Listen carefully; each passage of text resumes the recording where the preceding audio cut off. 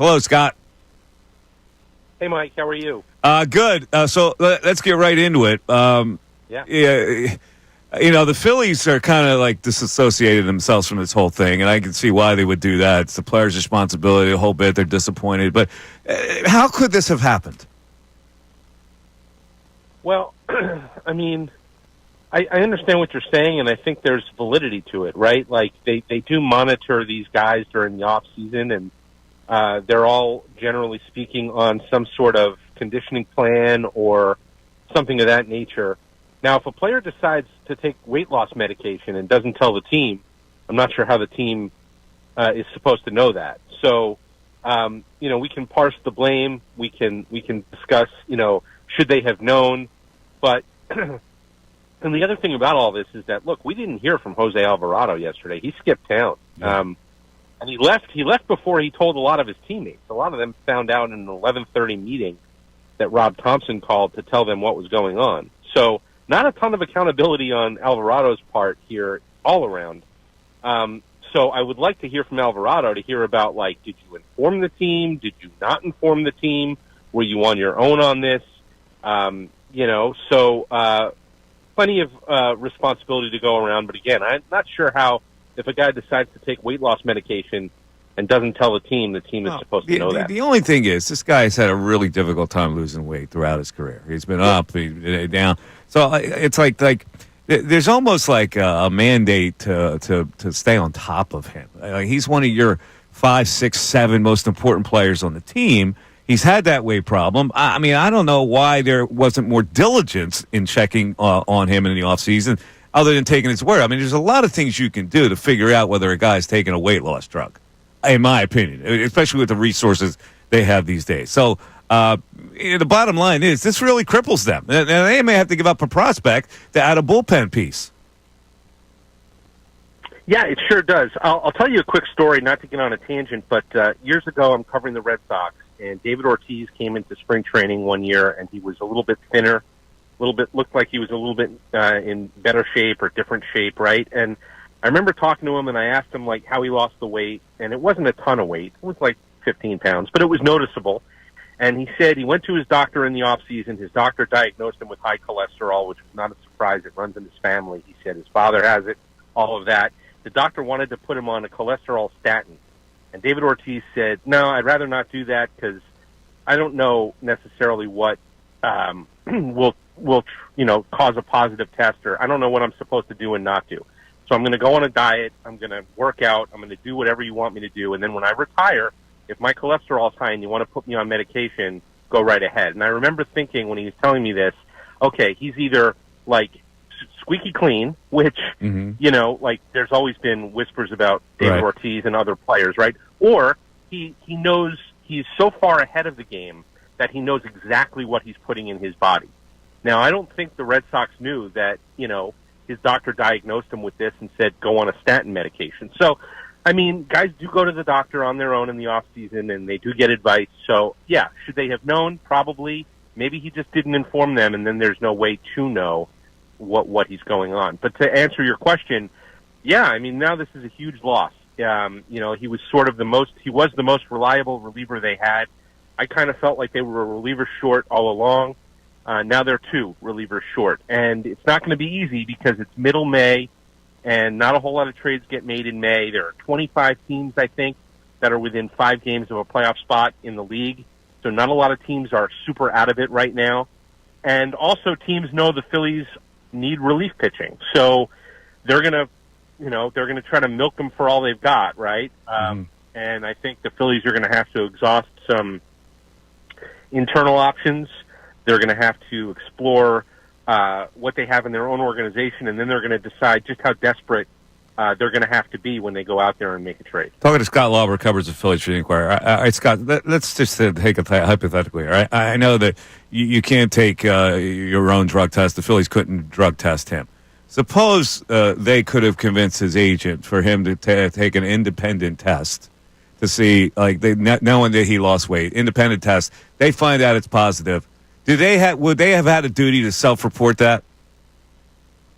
I don't know the answer to that. From what Dave Dombrowski said yesterday, he tested positive once and then he subsequently tested negative like twice or something like that. It doesn't matter. I mean, there's a zero tolerance on this. If you test positive, you're going to get suspended. Now, you have the ability to appeal that suspension. He chose not to do that. He chose to accept the suspension now, serve the 80 games. So read into that what you want to, right? I mean, if the guy is innocent or, just like unknowingly did something or whatever, he's probably going to appeal that. He's probably going to say, look, I plead innocent here. But, I don't know whether the advice from his agent or from the Phillies was, look, just accept it and move on because you're not going to win the appeal. I'm not sure of any of that. But, and also Dombrowski says he only found out about the positive test a couple of weeks ago when the team was in Tampa. I'm unclear on when the test was taken and how far ahead of. But if he took two other tests and they were negative, it couldn't have been taken, Yeah, I'm trying to figure out the timing of that. Like, what's the timing of the positive test, and why would it, once they get the positive test, why would they test them again? Well, I mean, guys are tested routinely. Okay. So, I mean, you go in there after a game and and it's random. So maybe it was just, his turn or that, that thing. So, I'm not, my sense, or from everything I've always been told, is that, you don't necessarily, stop the cycle of testing just because there was a positive test. You might get tested again. It's not like they're testing you again to find out if the test was reliable. I think, you test positive and there's going to be a suspension levied, and then it's up to you to decide whether to appeal. Yeah. All right. So in this particular situation, I know that to me, I like have this fantasy world where a guy can fly to Venezuela and really check on and investigate and find out exactly what he's doing to lose weight. But he comes back and he's got an uptick in velocity a little bit. Now he's an older player. That usually doesn't happen. So, how are they supposed to react to that? Yeah, I mean, look, he went to spring training and he had a great spring, and it's not, it's not like Alvarado's, 40 years old and all of a sudden there was this uptick. Mm-hmm. So there was definitely a downward trend last year in his stuff. He had some personal issues. Remember, he went away for family reasons for a couple of weeks. There was a suspicion that maybe there were things going on in his private life that contributed to the downturn in performance. That was certainly possible. But yeah, I mean, look, I think that's why you've always got to kind of look at things and, with a skeptical eye and say, why is this guy whose velocity was down last year suddenly back up a tick? And, look, there are incentives for Alvarado to have a really good season this year. He's got a club option next year that he wants them to pick up. He doesn't want to have to go back out on the market. So it was in his interest as much as theirs for him to have a good year. Should it have raised some flags in spring training? Maybe. But, again, I think the team believes that he is at an age where and the downturn wasn't so sharp where it was unusual. I mean, we see relievers' performance fluctuate year to year, and it's just the nature of the position. So I am 100% on board in terms of saying, look, we always have to look at this stuff with a discerning eye and say, what's going on? Is there something beneath the surface? But I think they thought that there were enough pitching reasons why his stuff would tick back up again. And it's not like it had never been at that level before. He throws 100 miles an hour. So they weren't seeing something they'd never seen before. And I think they just thought, well, he's back to being the guy he was a couple of years ago. And there were reasons, baseball reasons, to think that was possible. All right, let's move on now because you mentioned club option. I'll get to that in a second. But, I think baseball observers would look at this bullpen and say it's not adequate enough. Certainly not now. Your best guy is gone. And no matter what they're going to try to, piecemeal it, however they're doing, they're going to see what happens from this point on. They need somebody else. So what is the trade? Could this cost them a prospect like McAble yesterday. I mean, now all of a sudden rises to the top. If you've got to get a relief pitcher, he would maybe be one guy they asked for. Does it put them in that kind of a situation right now? Well, yeah. I mean, look, last year they went out and they traded for Carlos Estevez at the trade deadline, and the price then was, two kind of like B-level prospects. George Clausen and Sam Aldegheri were having good years. Maybe they traded high, but they were both well-regarded pitchers before that. So it's not like, they didn't trade from the Andrew Painter, Aiden Miller, Justin Crawford bucket of their elite prospects, but they traded two guys who are going to, have already pitched, in Aldegheri's case. Look, I mean, these guys are guys who can pitch in the big leagues or will again pitch in the big leagues. So they, that was the cost then for a rental reliever in Estevez, who was theirs for 2 months and then was a free agent. So I think that's probably a safe expectation for what the price is going to be for a rental reliever. Now, if you're talking about a guy you control beyond this year,